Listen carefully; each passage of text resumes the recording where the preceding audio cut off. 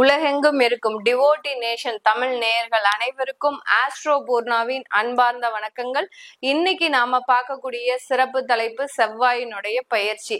June மாதம் 7ஆம் தேதி அந்த செவ்வாயாகப்பட்டவர் பெயர்ச்சி ஆகி நீச்சமாக இருந்தார். இது நாள் வரைக்கும் கடக ராசியில நீச்சம் பெற்ற அந்த செவ்வாய் பகவான் இப்போ சிம்ம ராசிக்கு பெயர்ச்சி ஆகிறார். இந்த சிம்ம ராசிக்கு பெயர்ச்சி ஆகும் போது என்னென்ன மாற்றங்கள் ஒவ்வொரு ராசி என்பர்களுக்கும் வரப்போகுது, முக்கியமா இந்த மேஷ ராசி என்பர்களுக்கும் அடுத்து விருச்சிக ராசி என்பர்களின் ராசி அதிபதியே அந்த செவ்வாய் பகவான். இந்த ராசி என்பர்களுக்கு எல்லாம் என்ன மாற்றம் வரப்போகுது அப்படின்றதுதான் இந்த பதிவுல தெளிவா பார்க்க போறோம். இந்த சேனல்ல முதன்முறையா இப்ப பாக்குறீங்க அப்படின்னா சப்ஸ்கிரைப் பண்ணிக்கோங்க. பெல் பட்டன்ல ஆல் ஆப்ஷன் சூஸ் பண்ணீங்கன்னா உங்களுக்கு என்னுடைய அடுத்தடுத்த பதிவுகள் நோட்டிபிகேஷனா வந்துட்டு இருக்கும். சிம்ம ராசி என்பர்களுக்கு செவ்வாய் பகவான் உங்க ராசிக்கு இடம்பெயர்ந்து வந்திருக்கிறார்.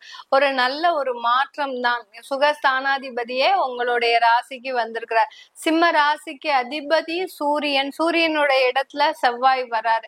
செவ்வாயும் சூரியனும் கலந்த ஒரு சேர்க்கை தான். இதை நம்ம எடுத்துக்கலாம்.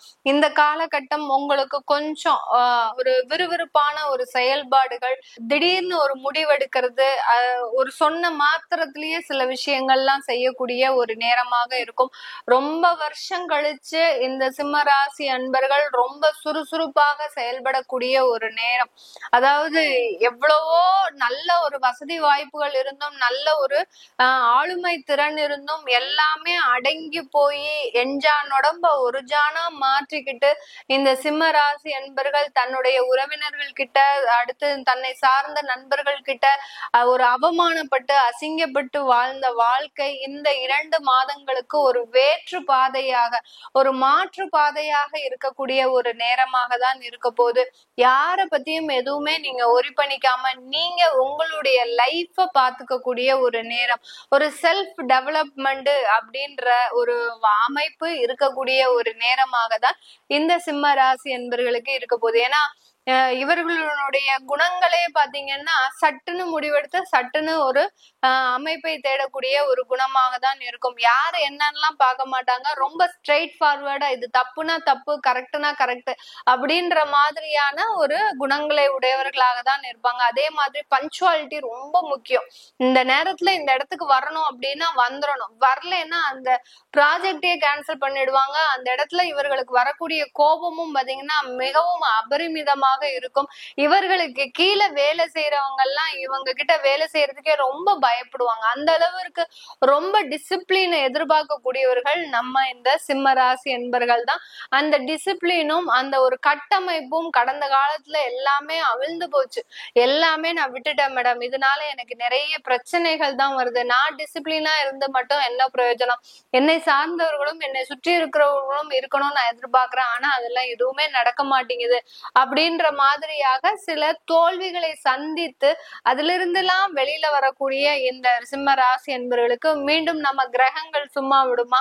மீண்டும் அந்த குணங்களை வெளியில வரக்கூடிய ஒரு டைமாக தான் இந்த செவ்வாய் பயிற்சி இந்த சிம்ம ராசி என்பவர்களுக்கு இருக்க போடும். சுறுசுறுப்பா நல்ல சில வேலைகளை செய்யக்கூடிய ஒரு தருணம்.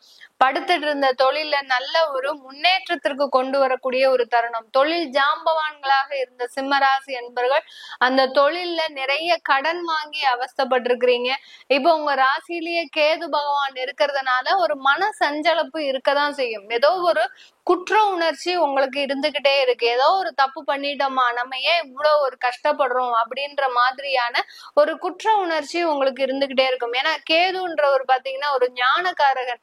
எப்பவோ செய்த தப்புக்கு இப்ப நம்மளுக்கு தண்டனை கொடுக்குதோ கடவுள் அப்படின்ற மாதிரி எல்லாம் சில எண்ணங்கள் உங்களுக்கு ஒரு மாறாக செயல்படக்கூடிய ஒரு தருணமாக தான் இருக்கும். அது எல்லாமே நிவர்த்தி ஆகக்கூடிய ஒரு டைம் தான். அந்த குற்ற உணர்ச்சியோடு சேர்ந்து சில சுறுசுறுப்பான நடவடிக்கைகளும் செய்யக்கூடிய ஒரு நேரமாக தான் இந்த சிம்ம ராசி அன்பர்களுக்கு இருக்க போகுது. இந்த காலகட்டம் சுகஸ்தானாதிபதியும் கூட அவர் செவ்வாய் பகவான். அப்படி இருக்கும் போது சொத்துக்கள் வாங்குறதுல ரொம்ப முனைப்பா இருப்பீங்க. தாயார் உடல் நலன்ல நல்ல ஒரு அக்கறை காட்டுவீங்க. அடுத்து பாத்தீங்கன்னா நீங்க நல்ல ஒரு லக்ஸுரியான லைஃப், சில ஆடம்பர தேவைகள்லாம் நிறைவேற்றணும்னு சில முயற்சிகள்லாம் எடுப்பீங்க.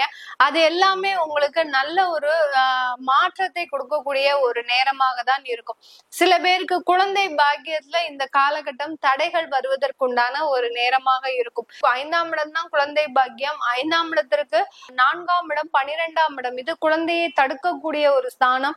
அந்த 12ஆம் வீட்டு அதிபதியே அந்த உங்களுடைய செவ்வாயே அங்க இருக்கிறதுனால, உங்க ராசியில இருக்கிறதுனால, கேதுவோடு சேர்ந்து இருக்கிறதுனால அந்த குழந்தை பிறப்புனால சில பிரச்சனைகள், இல்ல குழந்தைகள்னால சில பிரச்சனைகள், இதெல்லாமே வரக்கூடிய ஒரு நேரமாக தான் இந்த சிம்ம ராசி என்பர்களுக்கு இருக்கும். அதுக்கெல்லாம் பயப்பட மாட்டீங்க. ஏதாவது ஒரு பிரச்சனைகளை நம்ம இந்த பதிவுல எப்பமாவது சொல்லிட்டோம்னா எல்லாருக்குமே கோவம் வந்துருது.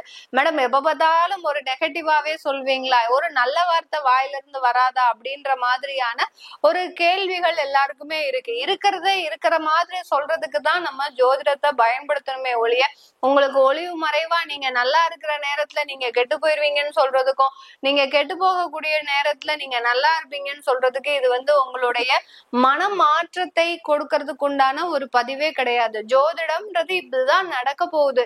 உங்களுக்கு நீங்க இதுபடி இருந்தீங்கன்னா நல்ல ஒரு வளர்ச்சியை காணலாம் அப்படின்னு தான் நம்ம சொல்லிட்டு இருக்கிறோம்.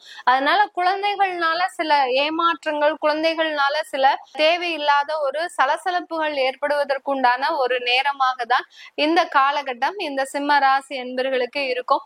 இந்த செவ்வாயாகப்பட்டவர் இந்த ராசி என்பர்களுக்கு பாக்யாதிபதியும் கூட. அந்த பாக்ய ஸ்தானாதிபதி உங்களுடைய ராசியிலேயே கேதுவோட சேர்ந்து இருக்கிறதுனால கண்டிப்பாக இந்த காலகட்டம் உங்களுக்கு நன்மைகள் சில வழக்குகளோடு சில துன்பங்களோடு சேர்ந்து வருவதற்குண்டான ஒரு நேரமாக இருக்கும். குடும்பத்திலேயே ஏதோ ஒரு பிரச்சனைகள் இருக்கு, விவாகரத்து வரைக்கும் அந்த திருமண உறவுகள் பிரிஞ்சிருச்சு அப்படின்ற பட்சத்துல எப்படியாவது நமக்கு விவாகரத்து வந்துடணும், அதுக்கடுத்து நம்மளுடைய வாழ்க்கை நல்லா இருக்கணும் அப்படின்ற ஒரு எதிர்பார்ப்பு இந்த ராசி என்பர்களுக்கு இருக்கும். கண்டிப்பாக இந்த காலகட்டம் அந்த விவாகரத்தோடு சேர்ந்த ஒரு மறுமண வாழ்க்கைன்றது இந்த ராசி என்பர்களுக்கு இருக்குது. அதனால்தான் சொன்னேன், ஒரு துன்பத்தோட சேர்ந்த ஒரு நன்மைகள் இந்த ராசி என்பர்களுக்கு இந்த 60 நாட்கள்ல கிடைக்கிறதுக்கு உண்டான ஒரு நேரமாக இருக்க போகுது. இந்த மாதிரியாக அந்த பாக்யாதிபதி இந்த ராசி என்பர்களுக்கு ஒரு நல்ல ஒரு நிவர்த்தியை, ஒரு நல்ல ஒரு மாற்றத்தை, நல்ல ஒரு வேலை வாய்ப்புகளை கொடுக்கக்கூடிய ஒரு தருணமாக தான் இந்த ராசி என்பர்களுக்கு இருக்கும். இந்த 60 நாட்கள்ல நீங்க துரிதமாக செயல்படக்கூடிய ஒரு நேரம்.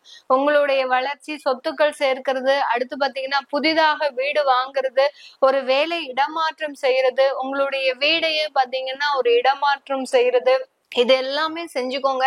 செஞ்சுக்கிட்டீங்கன்னா நல்ல ஒரு வளர்ச்சியை இந்த காலகட்டம் காண முடியும். ஏன்னா கேது பாத்தீங்கன்னா நீங்க இருந்த இடத்துலயே இருந்தீங்க அப்படின்னா ஒரு மன சஞ்சலத்தை கொடுப்பாரு. அதனால ஒரு இடமாற்றம் பண்ணிக்கிட்டீங்க அப்படின்னா ஒரு நல்ல ஒரு முன்னேற்றம்ன்றது இந்த ராசி என்பர்களுக்கு இருக்கும். இது எல்லாமே நம்ம கோச்சார நிலவரப்படி பலன்களை கணிச்சு சொல்லிட்டு இருக்கிறோம். உங்களுடைய தசாபுத்தி பலன்களை பார்க்கணும் அப்படின்னு விருப்பப்படுறவங்களும், உங்களுடைய குழந்தைகளுக்கு நியூமராலஜி படி பெயர் வைக்கணும், அடுத்து பாத்தீங்கன்னா குழந்தைகளுக்கு ஜாதகம் எழுதணும் அப்படின்னு விருப்பப்படுறவங்களும் கீழே இருக்கிற நம்பருக்கு வாட்ஸ்அப்ல அப்பாயின்மெண்ட் வாங்கிக்கிட்டு நீங்க என்கிட்ட கன்சல்ட் பண்ணிக்கலாம். உங்களிடமிருந்து விடைபெறுவது உங்கள் ஆஸ்ட்ரோ பூர்ணா. நன்றி, வணக்கம்.